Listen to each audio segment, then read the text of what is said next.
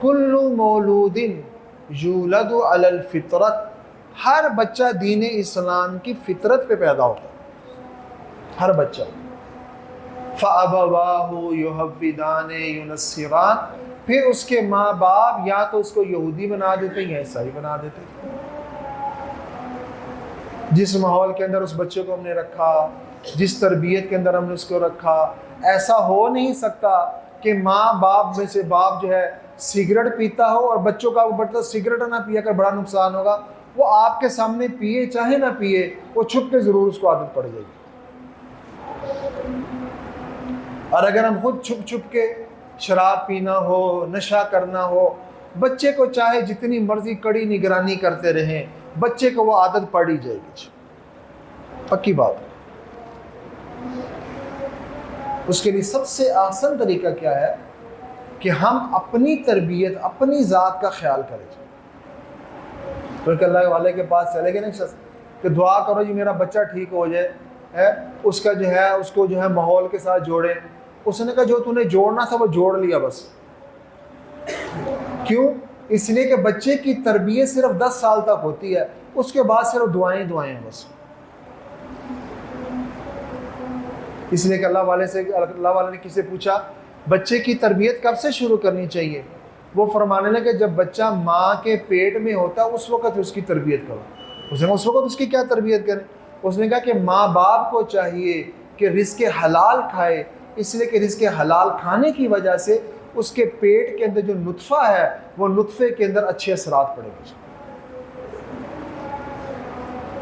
آج ہم کہتے ہیں رزق ہم جو مرضی رشوت کھاتے رہیں، ظلم کا کھاتے رہیں، جو مرضی کرتے رہیں، ہمارے بچے ولی اللہ بن جائیں، یہ سب جھوٹی باتیں ہیں۔ اللہ تعالی ہم سب کو مل کی توفیق دے۔